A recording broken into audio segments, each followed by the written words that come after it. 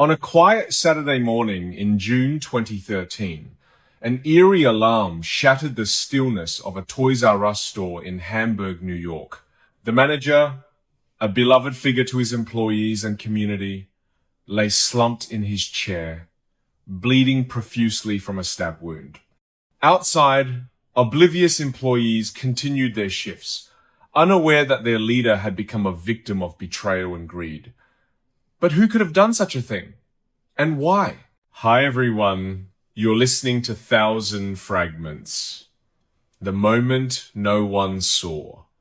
The memory no one kept. I'm bringing it back. Drop a comment below and let me know where you are today. I'm all ears. And let's begin. In the small town of Hamburg, nestled just outside bustling Buffalo, New York, life moved at a predictable pace. The Toys R Us store was more than just a business. It was a cornerstone of the community, frequented by families and children alike. At its helm stood a man admired by all dedicated, kind-hearted and driven. He had risen through the ranks, overcoming personal struggles to lead with compassion. That Saturday, he arrived early as usual, ready to ensure the day ran smoothly. Little did he know, danger lurked within the very walls he trusted as dawn broke over the horizon, casting golden light across empty streets. 4 employees trickled into work. Each entered separately, lost in their own thoughts, unaware of the tragedy unfolding mere feet away. One by one, they clocked in, grabbing carts and pallets, restocking shelves for the impending rush of customers.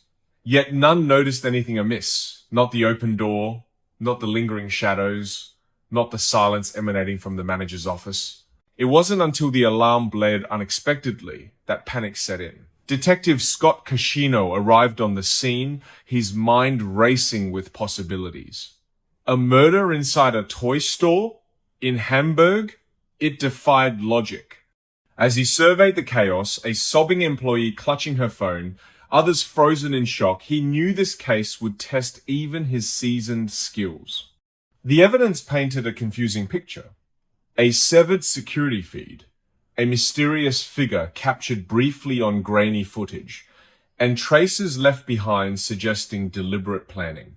But who among them could be responsible? The investigation unfolded slowly, each revelation deepening the mystery.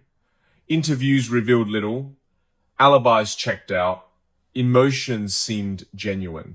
Yet something nagged at Cascino, an inconsistency, a detail overlooked. Then came the breakthrough. A familiar face connected to the company, someone trusted implicitly, yet harboring secrets darker than anyone imagined.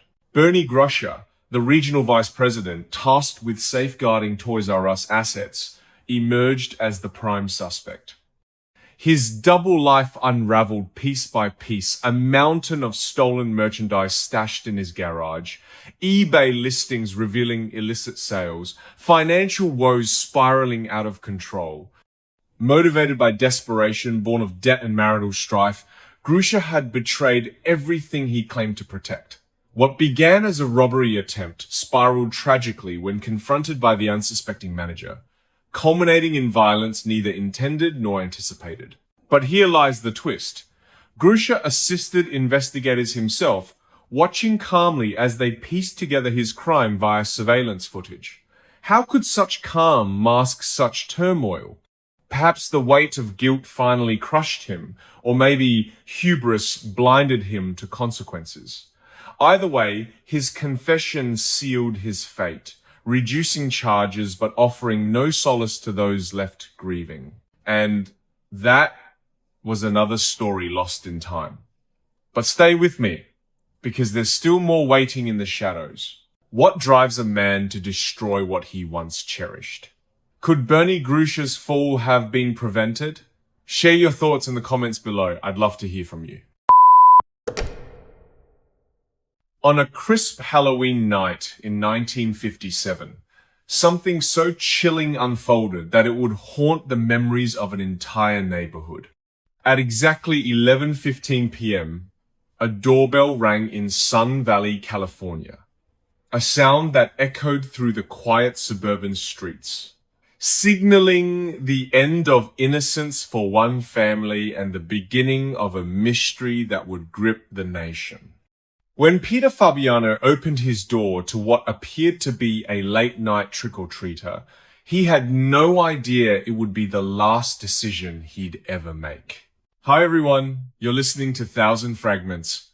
The moment no one saw, the memory no one kept. I'm bringing it back. Drop a comment below and let me know where you are today. I'm all ears, and let's begin. Peter Fabiano was a man who had clawed his way out of darkness, building a life filled with hope and prosperity. He owned a thriving beauty salon, shared a loving home with his wife Betty, and took pride in being a pillar of his community.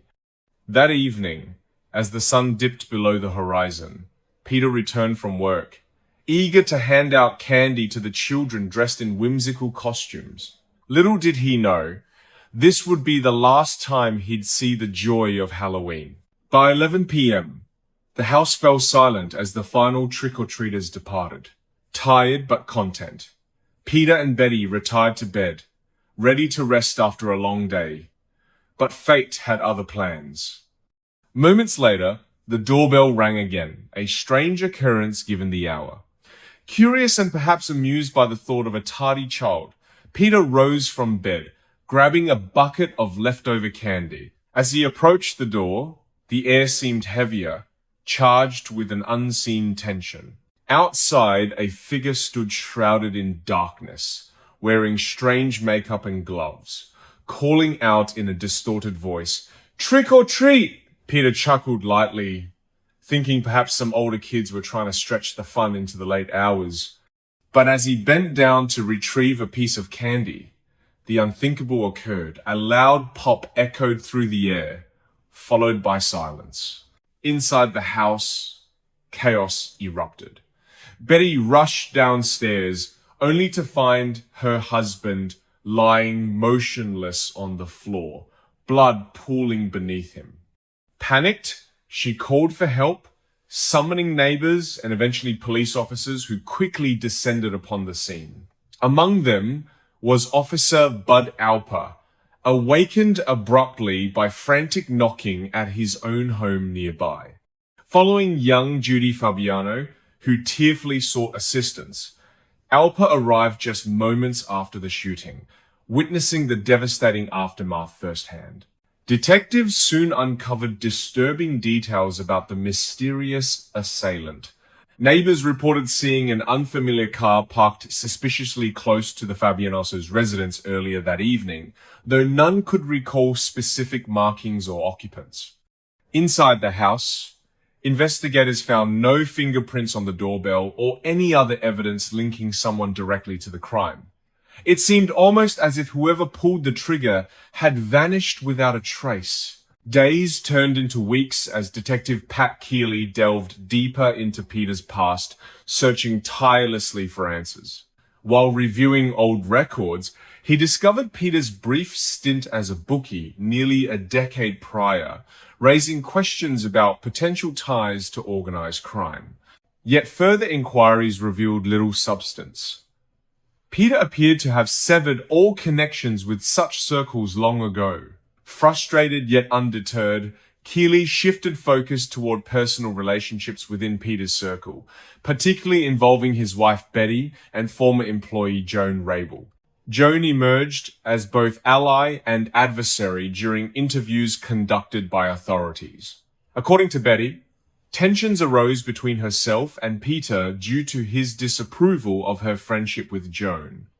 This rift culminated in separation until Betty reconciled with Peter under strict conditions prohibiting contact with Joan. Meanwhile, Joan maintained innocence regarding animosity towards Peter, insisting they parted amicably when she left employment at the salon. Contradictory statements added layers of complexity to the investigation, leaving detectives uncertain whom to trust. Then came an anonymous tip pointing detectives toward Bullock's department store downtown, where a rented locker allegedly housed the murder weapon. With renewed hope, Keeley retrieved the described revolver, tracing its purchase back to September 21st via serial number checks. Surprisingly, the buyer matched the name registered for the locker rental, not a pseudonym, but genuine identification leading straight to Goldine Pazer, a lab assistant whose connection to Peter remained unclear initially. Goldine confessed fully upon arrest, revealing herself merely a pawn manipulated by none other than Joan Rabel.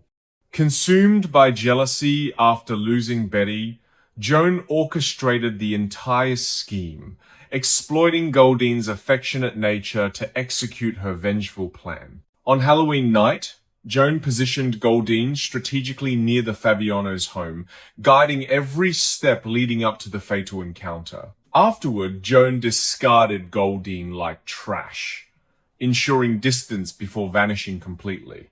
In court, both women faced charges of first-degree murder, later reducing pleas to second-degree offenses following negotiations. Sentenced to 5 years to life imprisonment, Joan and Goldine paid dearly for actions driven by misplaced emotions. As for Betty Fabiano, she escaped legal repercussions altogether, deemed uninvolved, despite lingering suspicions among certain parties. And that was another story lost in time.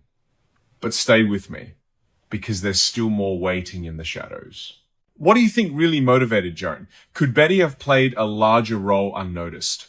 Share your thoughts in the comments below. I'd love to hear from you.